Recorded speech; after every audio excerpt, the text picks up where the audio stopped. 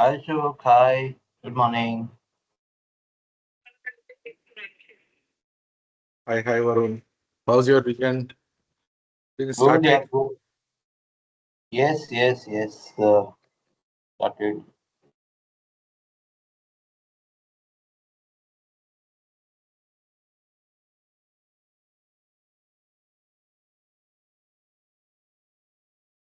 Hey, Vignesh.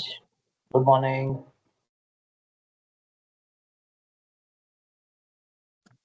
Hi, sir. Good morning. Hi, hi, Smita.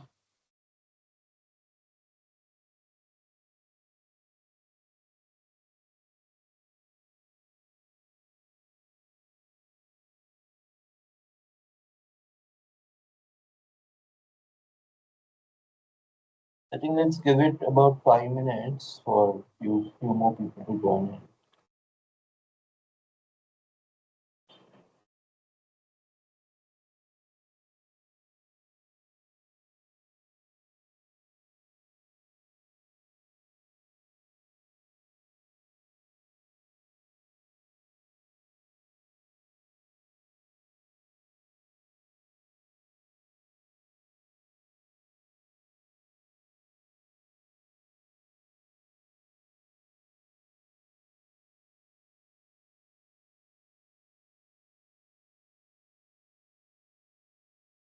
Who is AR? AR, what's your full name?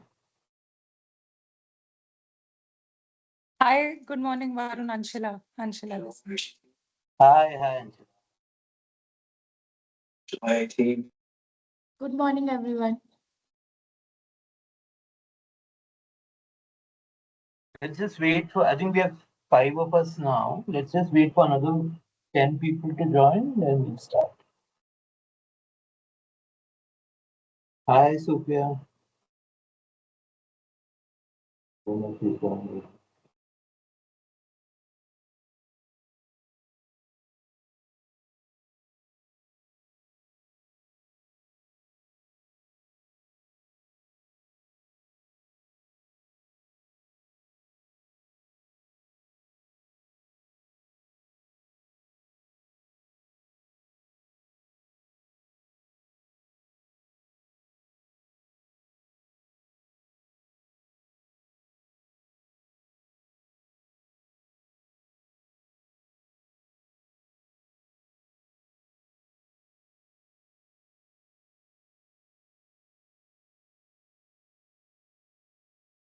Hi, Rajshri. Hi, Sophia. Hi, Varun. Hi. We'll just wait for about, I think we have seven of us. Let's just wait for another 5 minutes. So if we get about 15, 20, then we would start.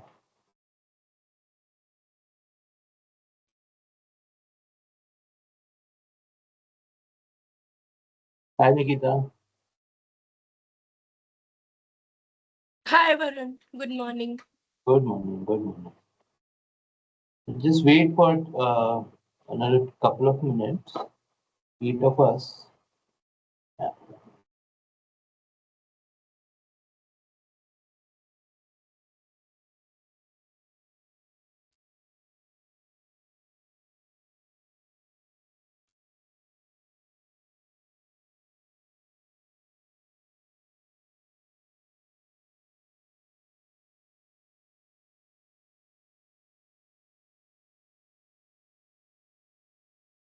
Okay, guys, we are 10 of us. Let's start. And Vignesh, shall I make you the co-admin? Then you can keep adding people as and when they join. Are you awake? Sure. Okay, okay, sure. So I make an attendee. Right. Oh, I don't think that co-admin thing.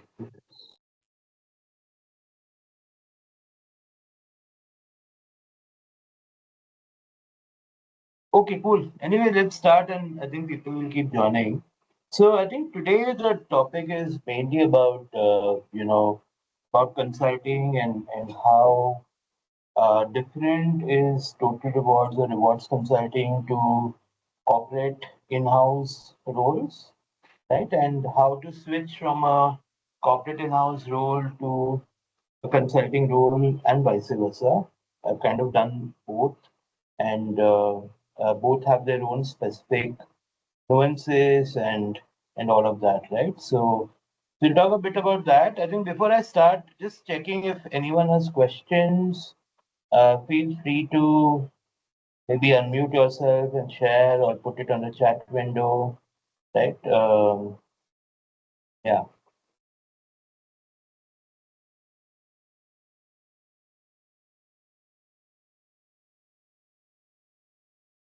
Let me also, since I have to put this on YouTube, let me also put it into that gallery mode.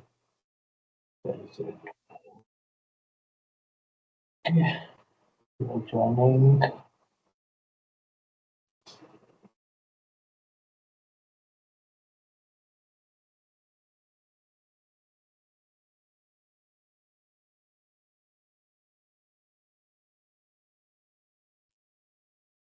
Okay,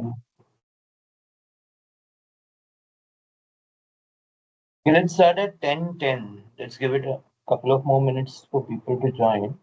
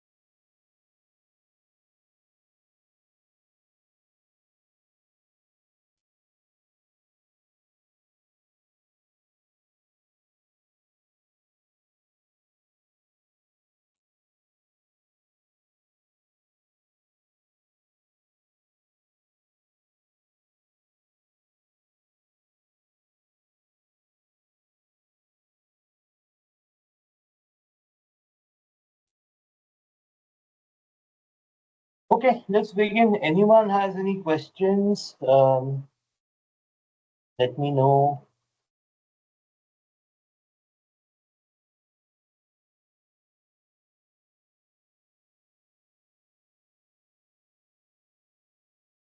Guys, yes, no, any questions?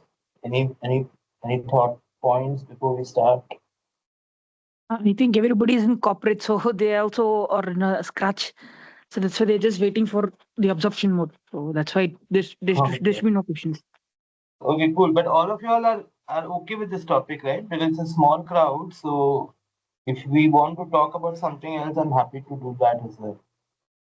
Are you guys interested in consulting? Okay, cool. I see a few thumbs up. Okay, cool, nice. Okay. Okay, so let's do that. Just the people joining is okay, cool. Let's start. So I don't know, are you able to see me or are you able to see this whole gallery kind of a thing?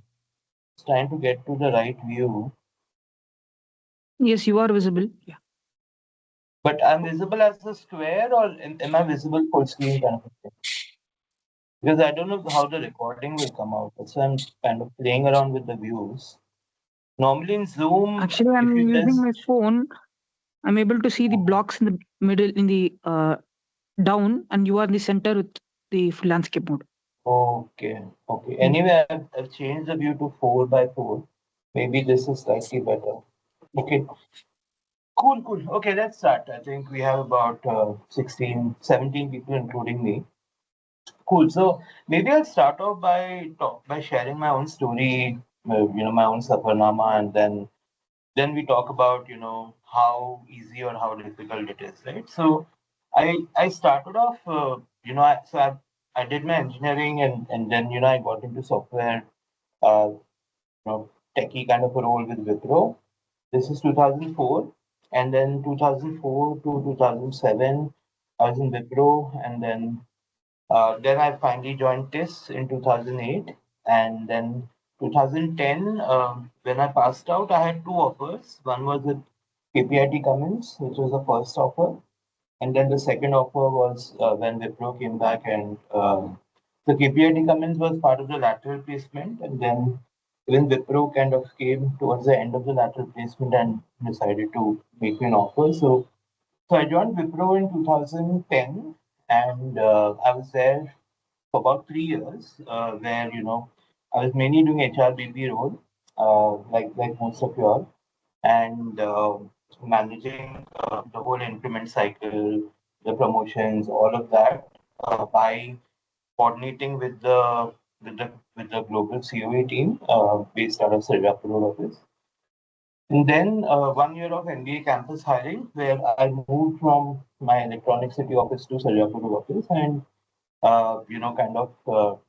so then I was closer to the CNB team because when you're doing campus hiring, your campus ranges and certain exceptions and all, you work very closely with the CNB team, right? So that's where while I wasn't doing hardcore CNB for my first 3 years of my career, I was always in touch with the CNB folks, and sometimes it helps because uh, I came from TIS and most of the CNB folks were from XLRI. So we kind of also gelled and vibed very well. They were curious about how life at TIS is.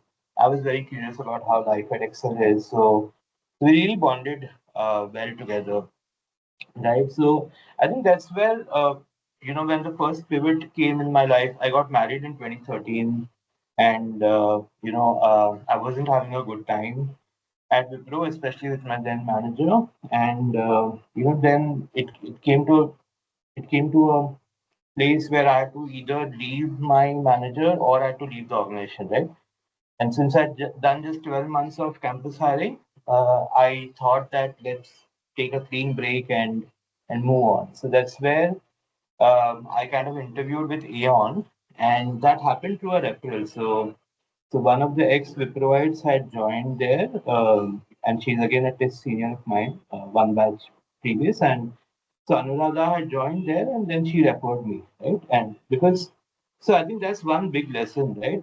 When you all want to move from corporate to consulting, at least back in the days, consulting was very niche in terms of, they used to poach only from other consulting firms. So most of my peers in Aeon at that time, were all like either ex Mercer or at that time there was just Mercer and Aeon and Mercer. There wasn't too many, and maybe Conferry, and at that time it used to be called Hay Group, and there wasn't Deloitte, there wasn't WTW was also very very early. So so it was mainly like, poaching between Aeon, Mercer, Mercer, Aeon, all of that, right?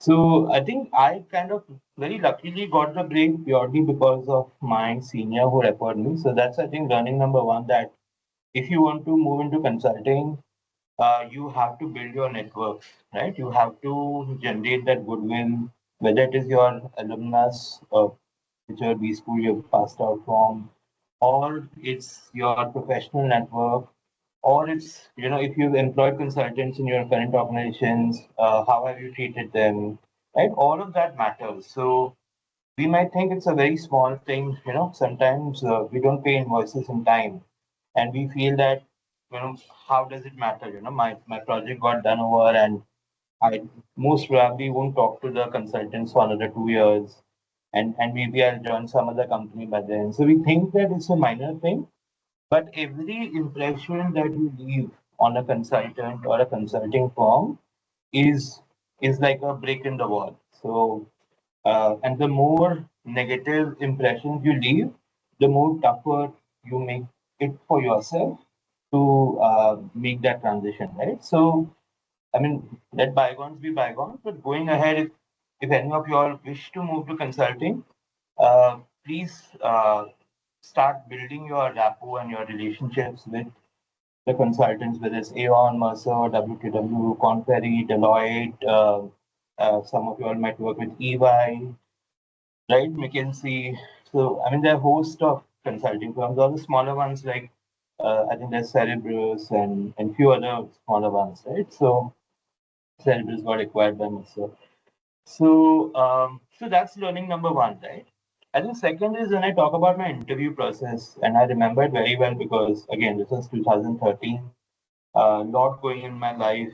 Just got married, and uh, at a personal front, it was the first time that my wife had to move to Bangalore.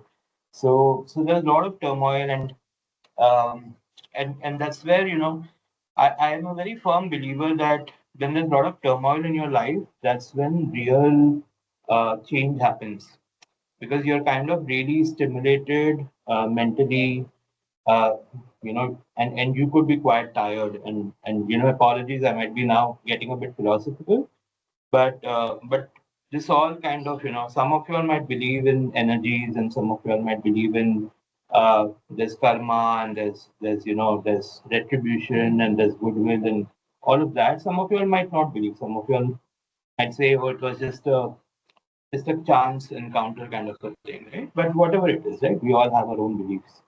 So during the interview process, I had, I think, 3 rounds of interviews. The first round was with Sriram Rajaram. You would not know him. He's now I think he's now in the Bay Area, heading reports for Qualcomm or something. So we kind of really hit it off in that interview because he also was a techie turned HR person. I was also a techie turned HR person. And then we had some common topics like we were supporting the same football team and all of that. So there was a genuine kind of a warmth in that interview. And while he didn't keep it very technical because he was aware that I am coming from Wipro and not, and Wipro was a client for Aon at that time. So he was also a bit sensitive that if I don't join, then he also didn't want to kind of leave a bad impression on the Wipro C&B team, right? So there was that mutual respect and at a personal level, a lot of camaraderie. So I think that kind of helped me clear the first round. It wasn't too technical. I think it was more in terms of how I would fit in. I came with 4 years pre MBA plus 3 years post MBA, right? So I actually came with 7 years experience. I was more experienced in Sriram at that point in time. So his main concern was, are you okay to come at a very junior level? Because in consulting, I would kind of start as a fresher. So it was more of that, more of adaptability, soft skills, fitting in, all of that, right?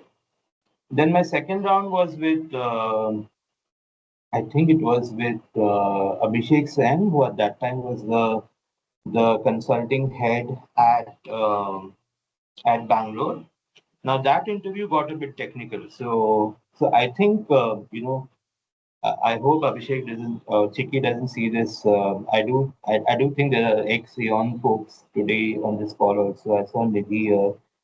But whatever, right? So Chiki was like, and Chiki is Abhishek Sen, who's now partner at EY. I think he took a punt on me. So he kind of realized that I wasn't there yet technically, but I think he believed that I had the com skills and I had the maybe the personality to kind of quickly learn, adapt, all of that. And I really think that he kind of took a punt on me. It wasn't. I mean, if it was somebody else, maybe if it was Andy or if it was somebody else, they might have let me go. Because I wasn't really technically ready to be a consultant, right? But whatever, right? It fate, we call it fate, we call it karma, whatever. So it happened, and they made me an offer. Vasant Balachandran also spoke to me. So both Sriram and Vasant spoke to me. Then Abhishek Sen spoke to me, and then finally it happened. I also happened to meet Sandeep Chaudhary, but that wasn't like an evaluation. He just want, and that time he was the CEO of Aon, right? So I kind of had a call and all of that. And then I finally joined Aon, right? For 3 months, I was in Aon. After me, Anirban joined. Then Anirban kind of took me in his wing. We started writing a newsletter, which is the quarterly Eon newsletter. And then after 3 months, I moved to Mumbai under Vamsi, handling the whole ITES or the GCC bit, right? So that's how I personally made that transition from a line role to a consulting role. And then once you get in, right, I think some of you all would have read a post that I had shared uh, a while back. So I had a terrible, terrible first year, right? So I came with 7 years of experience. So the firm expected me to do a certain number in terms of revenues. But to be honest, I was still 0 years of experience in consulting. So I was absolutely raw. I was absolutely hopeless at that time. The team was extremely competitive. I think, Nidhi is here. Nidhi would share that, they were all uh, extremely competent, and they were really wondering that how did you get this guy with 0 years of consulting experience at a salary double of them, right? So there was Nishtha, there was Mansi, so many others in the team who would, I think, really question that what is my role, right? So both from adjusting in that team, making that pivot in terms of, internal facing, policy oriented, to very defensive, to the extreme opposite. So where you are extremely attacking, you have to be very confident. You have to, show whether you know it or not. The client should feel that you know it all, right? I mean, that's why the client is paying good dollars for you. So yeah, so the first year was really horrible because 3 months I was in Bangalore under Anirban, Vasant, and Sriram, and I was supposed to do high tech in Bangalore. Then suddenly, I think something happened in Mumbai, and Vamsi desperately needed someone, so they moved me to Mumbai. And then adjusting to Mumbai was not easy because the Aeon office was in BKC, and I had always stayed in Thane, so I had to find a flat in Bandra East and Bandra West, and the whole commute and all. So it was very different, right? So come 12 months, obviously it didn't go well, and there was feedback shared and all, which I've documented on my LinkedIn post. But yeah, I think the leadership at Eon was very mature that they gave me 3 months more to really pick it up, and we went day by day. We went week by week. Vamsi was gracious enough to sit with me and tell me that, okay, this is what you need to finish in week one, week two, week three. And then we finally came out of it, and we had a great second year, and the team did very well. I bonded a lot with the likes of Nishtha, Mansi, Nicey, everyone in the GCC at the ITS team, and generally everyone in the Mumbai office. We also had a offsite at the end of my second year in Chennai, Fisherman's Walk, so which kind of capped it all beautifully because everybody knew that this is like a turnaround story. Everybody expected me to leave after end of year one, and they were very pleasantly surprised. And I'm talking about people like Navneet Ratan and you know the big shots at you, right? They were very pleasantly surprised that, oh, this guy has actually turned it around because they used to tell me, Rishi Khandelwal, who was at Microsoft for a long time, used to tell me that it's never happened where somebody in Neon has gone on a PIP in year one, and then year two he's at a offsite celebrating with the entire team. So yeah, so I think that was a big validation for me. And then I kind of went on and on, right? So in terms of WTW, Mercer, and so on. So I think I'll take a pause here. We are about 20 minutes into the session. Um, any questions before I start summarizing maybe what were the top 3 or 4 points that helped me transition from corporate to consulting? Anyone wants to share anything or anyone has a question?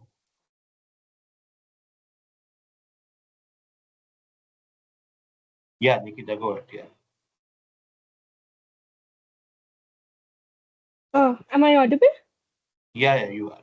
Yeah, so Varun, like you mentioned from your experience that what worked out for you was basically a referral to shift from corp to consulting. Yeah, Someone who is just 2 years after MBA and they don't have much connections at such consulting companies and are going with the regular route of applying through LinkedIn and other things.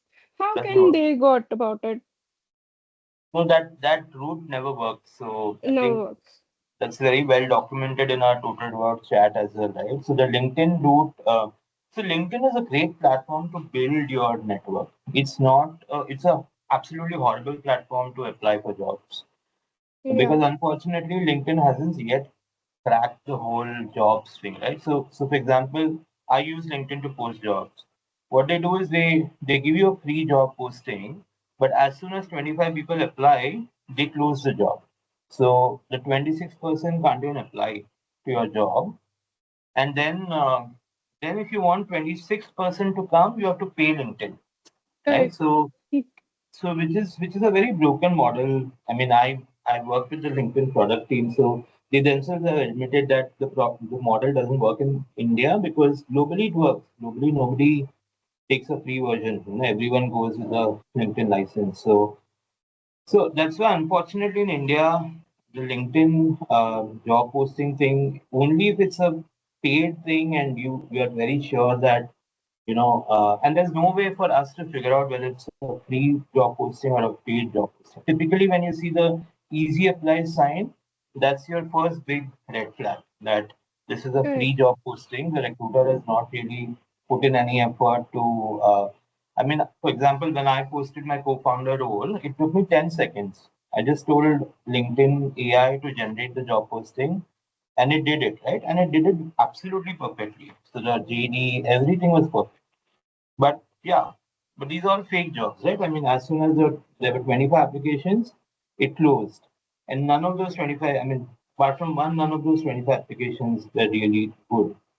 So that's where I think LinkedIn doesn't work for the company who's trying to do a free posting as well as the candidates, right? So, see, I think what helped for me was I came with seven. So while I had very little consulting experience, I still had about 7 years of corporate experience, right?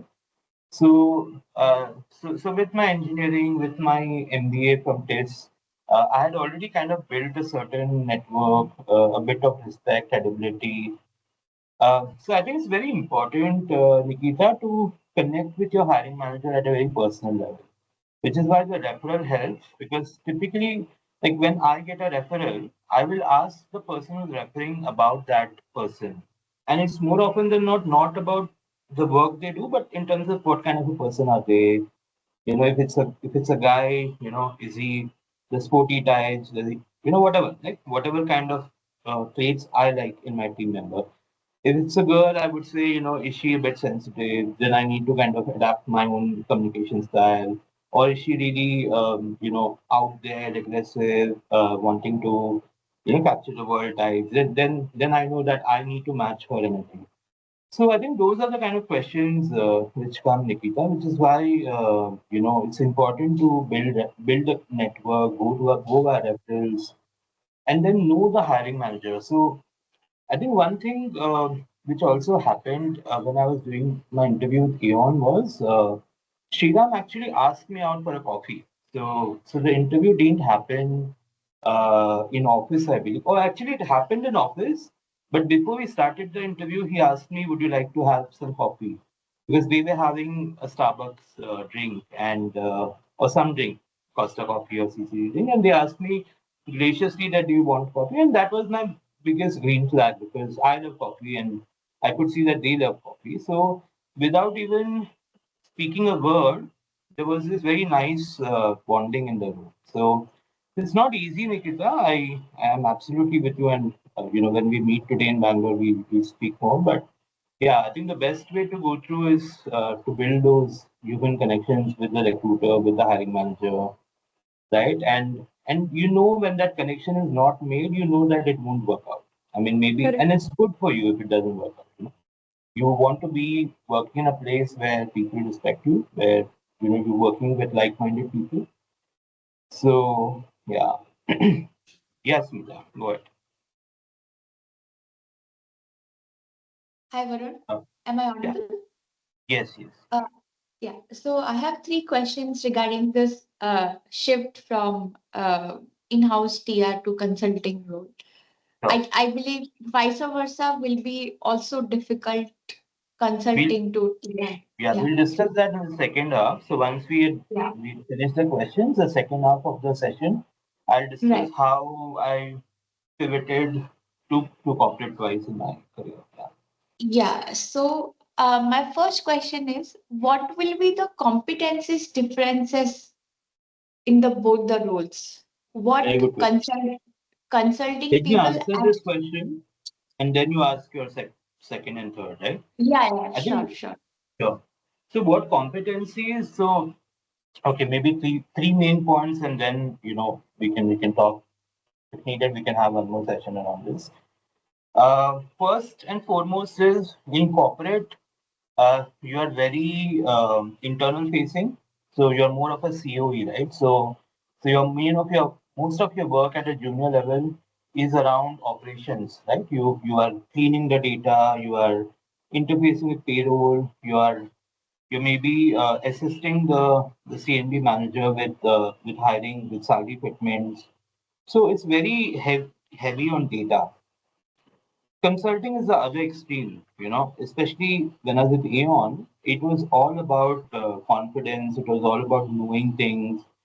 It wasn't so much about data. Data only came when the project came, and then you had to work on data. But initially, it was all about, uh, uh, you kind of proving to the client that you're worth the money that you're spending, right? So that's point number one. Point number two is also I think your flexibility and adaptability. I think in an internal TR role, you can be the person you are and still do well. But in a consulting role, you have to adapt yourself to the client. And I'll give you an example, right? So sometimes you'll meet a very intellectual client. I won't take names today, but uh, let's say I had to meet a JP Morgan. Now, in front of the JP Morgan CHRO or the JP Morgan C&B head, I would behave very differently compared to, let's say, if I had to meet uh, you know, there's this company called Asri Technologies in Pune, right? So where we met the founder and all. So I would behave very differently with him, right, and his team.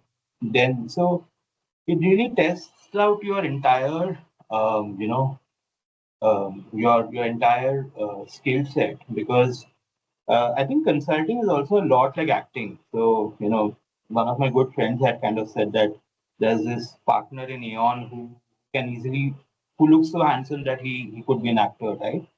So, I mean, most of the consultants are putting up an act, and I'll be getting a lot of brickbats for this, but I'll tell you the way it is, right? Internally, we might have a certain opinion about the client, but when we meet the client, it's always with a happy face and a smiling face, and trying to be as patient with them. Although we know that there's another meeting 1 hour down the line, and you have to travel and all of that. So I think coming back, second point is you have to be very flexible, adaptable compared to you can be yourself in the corporate role, right? And third is, I think, around the performance-based pacing, right? So and maybe the culture. So in corporate, typically at a fresher entry level, you will have about a 5% to 10% kind of a variable pay. In consulting, if you don't do your numbers, you don't get any bonus. So you will be rated N9. You will not get any bonus. You will not get any increment. And your bonuses typically, so I think when I joined Aeon, I was at a 15% kind of a variable pay. So automatically you lose out 15% of your CTC, right? If you don't do well. So it's a very hard, cutthroat, aggressive kind of a environment compared to in-house, which is more. It gives you more time to learn. It gives you, it gives you more space to learn. It doesn't punish you if you don't learn or if you don't perform. excellently. So maybe those are the 3 points. Maybe next question. Yeah. Thanks for that. The second question is you mentioned that the first year of this shift was not very good. So It was pathetic. yeah, I'm aware that consulting is a number game, but again, how difficult or how hard is this numbers? Are your KPIs, KRAs directly linked with the Absolutely. revenue that client or number of clients they you bring in, or directly the revenue that you cracked in? How is Revenue. the yeah. Revenue. No, absolutely. I think here also, see, different consulting firms have a different culture. Like Aon is extremely strict on the numbers or the revenues. I mean, they have the high. I mean, I think they have about 60% of the market share in India. Remaining, 35 is Mercer, and then about 5% with WTW and Conferry and others, or Deloitte, and I mean, more or less, right? So they're very clear that they want to retain their market share and they want to aggressively take more market share from the competitors. So the main competency that they look for somebody with, let's say, I think I joined them at an associate consultant kind of a level. So every uh, person in Aon has a revenue number, right from the bottommost and like the campus fresher to the partner. Right? Each of them have a revenue number. And if you don't make it, you're out. Right? You'll be given 3 months of PIP. If you can turn it around, if you don't turn it around, you're asked to leave. So, but that's Aon. I think Mercer, Deloitte are slightly more different in terms of okay, they might give you a bit more of time, but then I don't know. I mean, because I did well in consulting, I never after that first year in Aon, I never had a problem till my last year in Singapore when again I had a problem. So yeah. So I think I would be the wrong judge to answer this question because I've always had a great time in consulting. But I mean, there are a lot of people like I don't know if I can have Anvesh on the call next time. He might talk very differently about his time in Aeon and Aeon Consulting. So yeah, or we have Nidhi, or I don't know if Nidhi wants to share her experience of working in Aeon and working in consulting. Nidhi, are you there? Do you want to speak? Yeah, hi Varun. Hi Hi. everyone. How, how are you? It's lovely to Yeah. see you, Varun, after Yeah. slightly a long break now. Yeah. Yep. Aeon days, of course, consulting itself, I feel that if you have an inbuilt need to like really push and achieve and swim your way through different verticals, and like Varun rightly said, you need to expand your network, and not just network, like it is an innate need to just know more. So you Yeah. find out and you rummage through things and you learn more. So without any background or anything is also fine. And especially if you have, slight bit mainline CNB experience, it helps to understand the concepts better. And of course, it's a journey which you have to like swim and make through opposite to the current. So it is highly competitive, I must tell you. So if you're really up for something which is going to be cutthroat, which is going to be really like pressure centric, at the same time will give you a high of achievement, then it Yeah. is truly a good line of approach. No, very well said, Nidhi. I think awesome. I think you kind of really summarized it very well. Sure. Smita, I think you had a third question, is it?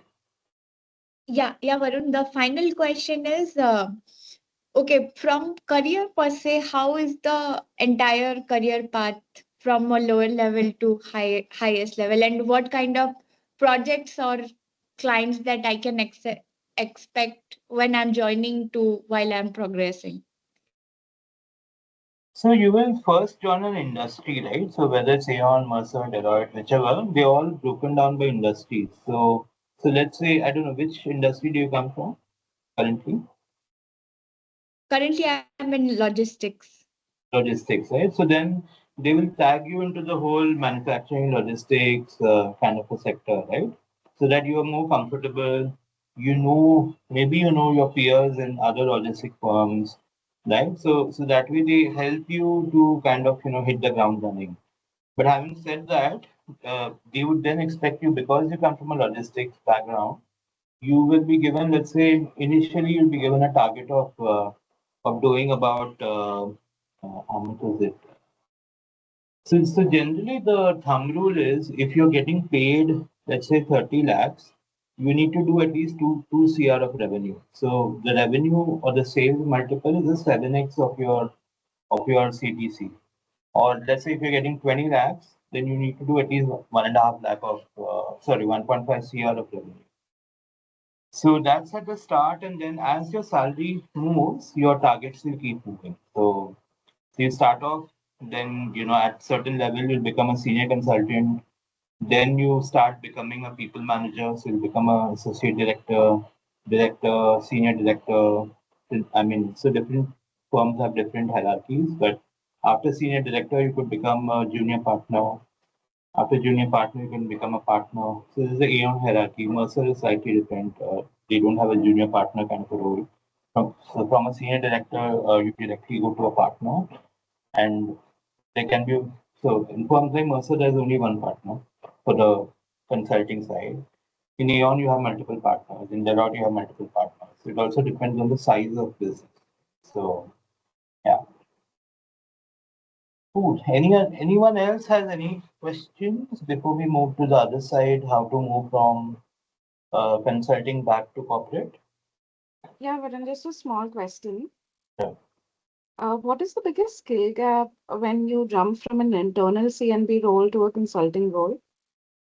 Sorry, I missed it. What is the main Biggest skill gap when jumping skill from an gap? internal, yeah. Okay. I think skill gap is similar to the first question that I answered in terms of what are the differences, right? I think one is self-belief, maybe. So if you're low on self-esteem, you can still do a very good job internally in a in-house role. But if you're low on self-esteem, and we can also add on to this, it will become very difficult for you to do well in consulting. Now, even in consulting, there is a back-end ops team, right? So you'll see most of the introverts or most of the folks who are a bit low on self-esteem will typically start their careers in back-end C&B operations in these consulting firms. And then as they feel more confident and they get more outgoing, they see their they see the front office consulting, doing sales and projects, then they start moving to the front office. So I think one is, skill gap in terms of confidence, self-esteem, belief. And second is, I think the whole curiosity to learn. I mean, like Nidhi said, right? You need to have a very innate curiosity, and generally, in an in-house role, you'll be curious about your role, your company, maybe your sector maximum. But in consulting, especially as you grow in your thing, you'll have to learn about everything, right? So you might be not doing execom in consulting, but if you aspire to get into the execom team, which is what generally in consulting everyone thinks that execom is top of the pyramid and paid the highest. So you then have to learn about that, right? You have to learn about multiple sectors, multiple companies. One of the worst experience I had is when I just went blind into one of my client meetings, and the client just asked me, "Okay, what do you know about the shipping sector?" And I just froze because I never expected the client. So for me, I thought this meeting is about the client telling, okay, there are 14 roles, and can you benchmark it and tell me the commercial. So I had gone prepared like that. But this client really took me off guard, and he asked me, what do you guys know about shipping? Thankfully, I had a senior director with me who immediately sensed that I was feeling very uncomfortable, and he took over saying that, and he started off with like a very small joke, and then even the client relaxed and all. So I think that's the second skill gap, right? In terms of expanding your breadth, expanding your knowledge, uh, just giving yourself that window to fail, because in consulting you will fail a lot. there'll be some meetings where you'll be absolutely demoralized that, and you'll be thinking. So typically, what happens in consulting is once you do the meetings, your senior, whoever is that senior, will take you to a Starbucks just for you to kind of calm down, have a bit of coffee, have a bit of food, and then if there's another meeting, then you move from there, right? Initially, I used to feel why Starbucks and what is this thing? Especially in BKC, there's a very beautiful Starbucks. So I used to wonder why all of this. Why can't we go to the office, sit in the AC, and then go? Later on, I got to know that that whole thing of Starbucks and the vibe and the coffee and all really helps you unlearn what happened in the first meeting, and then you go in the second meeting in a very fresh mood. So that's a big skill. I mean, in corporate world, unless you're working with 10 different leaders, one leader shouts, one leader is very kind, then maybe that kind of a setup will prepare you well for consulting. But if you're in a very BAU kind of a role, very difficult to be prepped for what comes in consulting. Yeah. Don't want to scare you off, guys, but I just want you all to be aware that it is a significant step up, or it's a significant difference. So be mentally prepared when you all make the switch. Yeah, Aditya. Sorry. I have one small question. So, what percentage of your work was sales, and if any, do you also have to generate your leads Yeah, in absolutely. consulting? So my first year, I would say about 40% or 50% was on sales, and about another 50% was in delivery. Right. So, but as I grew, my second year, I was doing about 65% of sales and 35% of delivery. Right. See, my profile is also very different because I came with 7 years of experience before my first consulting role. So I was paid also that way. I was expected to deliver that way. But somebody going with, let's say, 0 years or 2 years of experience will be 80% delivery and 20% sales. Right? But year two, it will again shoot up. So I know of the person Mercer who took over from my role. I think she's got multiple promotions in the last 4 years, and I think she has only about 7 8 years of experience. But yeah, I mean, she's doing sales of about 10 CR, and she's Wow. just 8 years experience. So I won't take her name, but she's a very good friend of mine. But yeah, I mean, that's how you get promoted in consulting. If you're able to do 10 CR, and I'm Ranchi 2016 batch, if she's able to do 10 CR of sales, yeah, then you're uh, sorry, not 10 CR. I think one CR of sales. Sorry, I got my numbers wrong. Yeah. Understood. Yeah, and also, how about the lead generation? You talk to inbound leads, or you also have to get it yourself? There's no inbound in India. In Singapore, yes, there was a lot of inbound. India doesn't work the way that the Western world works. Here India's very relationship heavy, which is why I struggled in Singapore in my first year. Actually, yeah, first and second year both, because there was absolutely no relationship value. Sure, thanks, Nidhi. There's absolutely no value of relationships in Singapore. It's very different there. In India, everybody will work with you if they like you. If they don't like you, then it doesn't matter whether you're Aeon or Mercer or XYZ. The CNB head needs to trust you, and hence you need to invest time with the CNB head. I can give you one example, right? So I don't know how many of you all know Manupuri. Manupuri in 2013 used to be a CNB manager at Credit Suisse. Today, I think he heads compensation for the company which took over Credit Suisse. I'm forgetting the name. And Manu used to always call me for meetings, but he used to never give me business. And my boss Ansi used to always say that, see whether you really want to spend some time, or because you'll never get business. I've never got any business from Credit Suisse for the last 3 4 years. And then recently we met at the Aeon conference. We were sitting together, and I was kind of sharing that with Manu that this is what it was, and he also admitted that yeah, I knew that I had no business to give. but I still had that rapport, and then that rapport stayed true, right? So sometimes even as a consultant, you have to take that call that which are the ones which are low hanging fruits, which will convert in a year's time, which are the ones that you want to build a rapport just to have some visibility in that sector. So you'll have to figure those things out during your time. Understood. Thank you. Thank you, Varun. Cool. I think we just have about 10 minutes or 15 minutes left. So we will carry on in July with this topic. And, the whole consulting to corporate pivot, we'll do a one full up 1 hour session because I think it won't, 10 minutes won't suffice. So maybe anyone else has any questions or any comments, anything else you want to know. I think I've been a bit more personal today. I haven't kind of really been very technical. So if you all want to know something technical about consulting, happy to share that. Yeah, Aditya. Sorry, in the essence of time, I didn't ask my last question.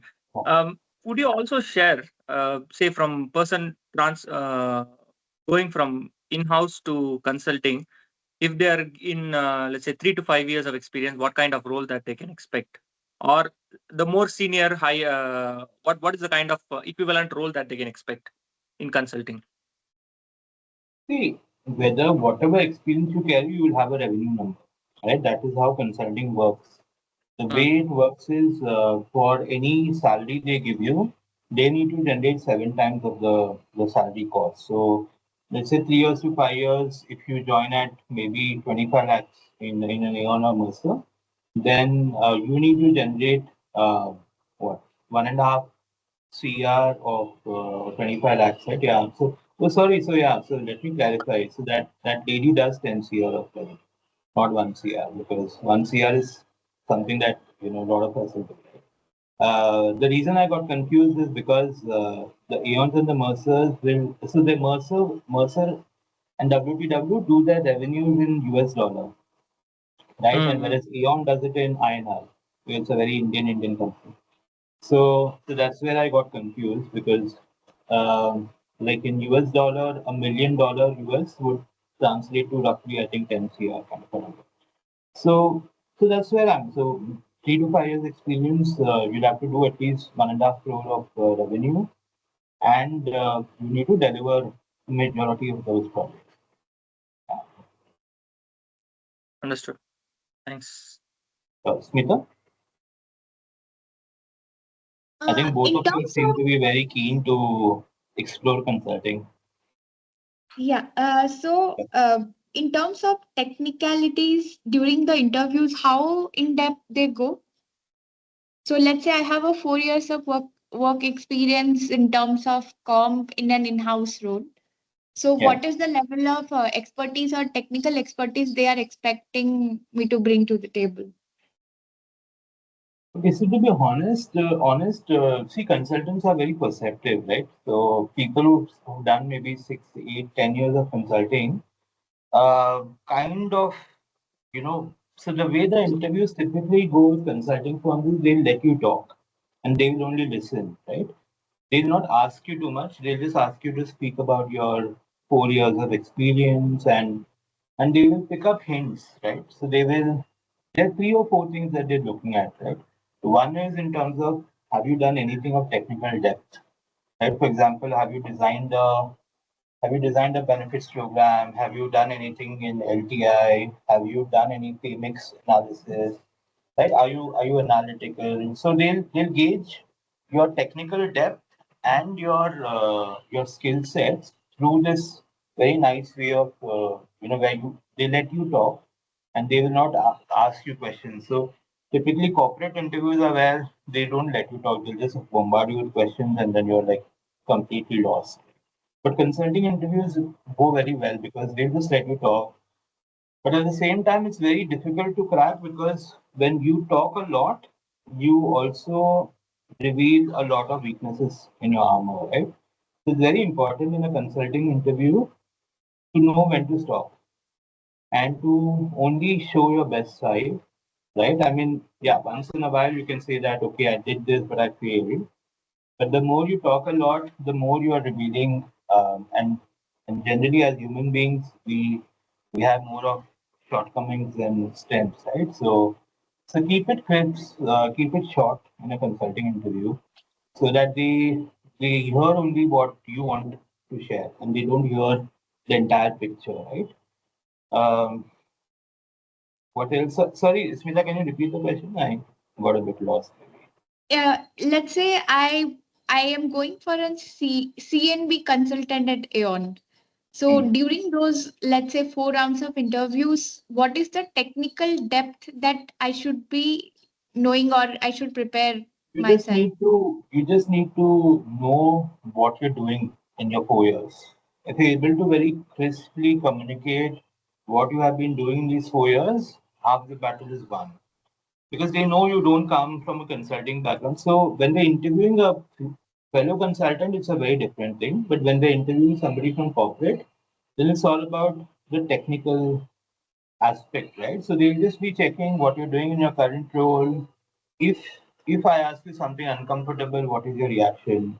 So basically, they'll put themselves in the shoes of a client, and they will then test you out as a consultant. That if I ask you suddenly, if I ask you, okay, what's the best LTI instrument that your company will go for, and if that instrument is not available, let's say I had to do a CSAR, what would your CHR say? Now they know that you don't know the answer, but it's all about how you handle the situation, right? It's a high pressure, high stakes kind of a moment. So do you crumble? Do you fumble? Do you crumble? Do you absolutely go into a shell, or do you try to swim?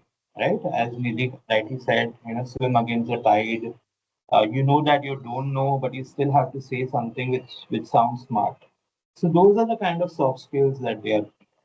I don't think they really care about it. At least Aeon will not bother too much about the technical part. Mercer might be a bit more strict on the technical side, but I think what Aeon is looking at is looking at is the pure sales and the business acumen. So yeah. Okay, got it. Thanks, Varun. Sure. Okay. I think maybe last two questions.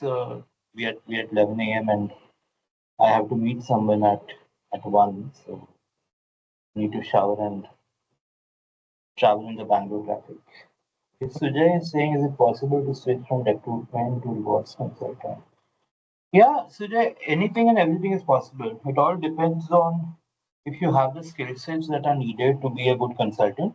I would say a recruiter has a better chance actually at conversion because they're already doing the sales bit, right? You are selling, uh, you are selling to the external candidate, you are selling to the hiring manager, you are selling to the TR or the CNB COE, right? So you're good with the sales part. What they'll then check is, do you have the learning agility to move from a generalist topic like hiring to something more technical like people analytics or LTI or pay mix design and so on.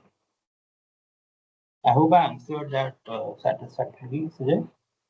Let me know if you need some more details or okay. Cool. It's 11 a.m. Any last question or are we good to go today?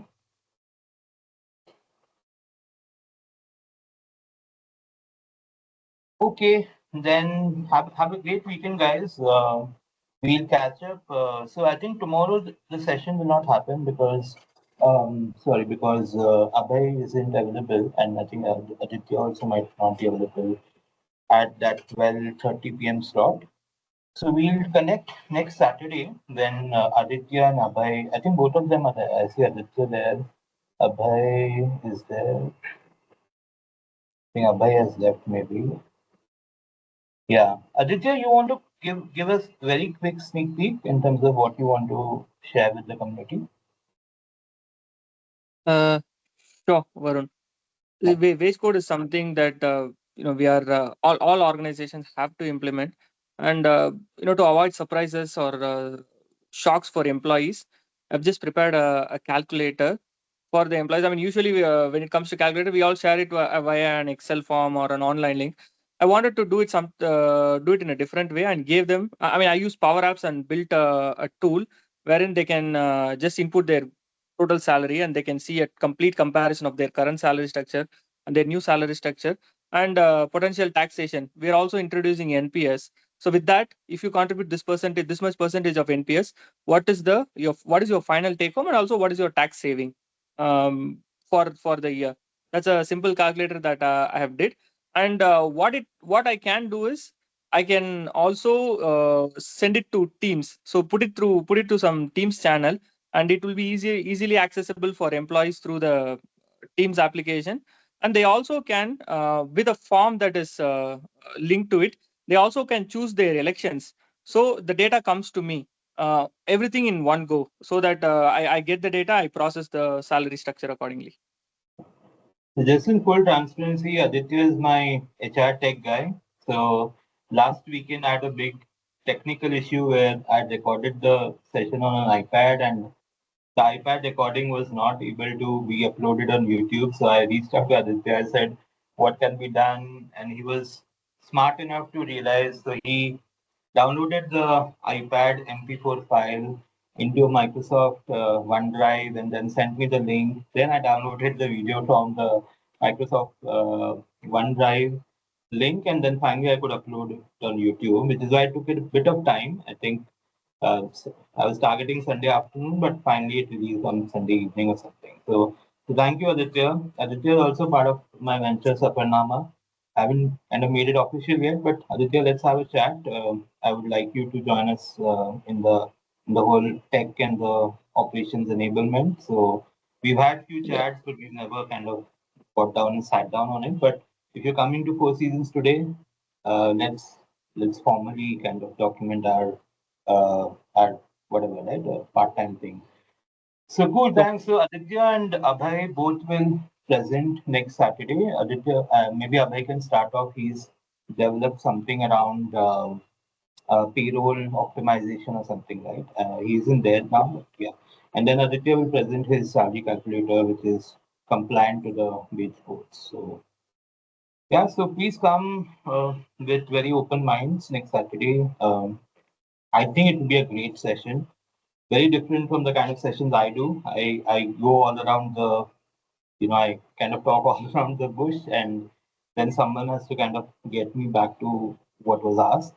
But both Aditya and Abhay will be very to the point, and uh, I think it will be very practical. So a lot of you all have told me, given me this feedback that instead of just talk, we should start doing some group assignments and all of that. So starting July, I'm going to change the mechanism a bit. I'm going to give you options of like a quarterly, a half monthly, and an annual kind of a package. And then people who take the half monthly and annual, it will become a certification program. So I'm currently working with XLRI on developing a CNB post certification, and then you guys can join that cohort. So whoever opts for the 6 month and the 1 year package can become part of that batch, and then we kind of club the XLRA folks with you all, and the kind of certificate that we create for them is the same certificate can be shared with the ones who do the whole 6 month or a 1 year kind of a course. So wait for that. I think by Tuesday, Wednesday, I'll put on a message on WhatsApp, and you all can take a call whether you all want to do 3 months or 6 months or 1 year. And that way it is easier to administer also rather than every month I have to chase people to pay 499, and it does get a bit inefficient that way. So cool. I think it's 11:06. Thank you all. I'll stop the meeting now, and the recording will be available on. Yeah, thank you, AI. I know we are 6 minutes over. So cool. So have a great weekend ahead then, and I'll upload this video on YouTube ASAP. Bye bye. Thanks, Thank you, Varun. Thanks, Varun. everyone. Thank you, everyone. Thank you. Thank you.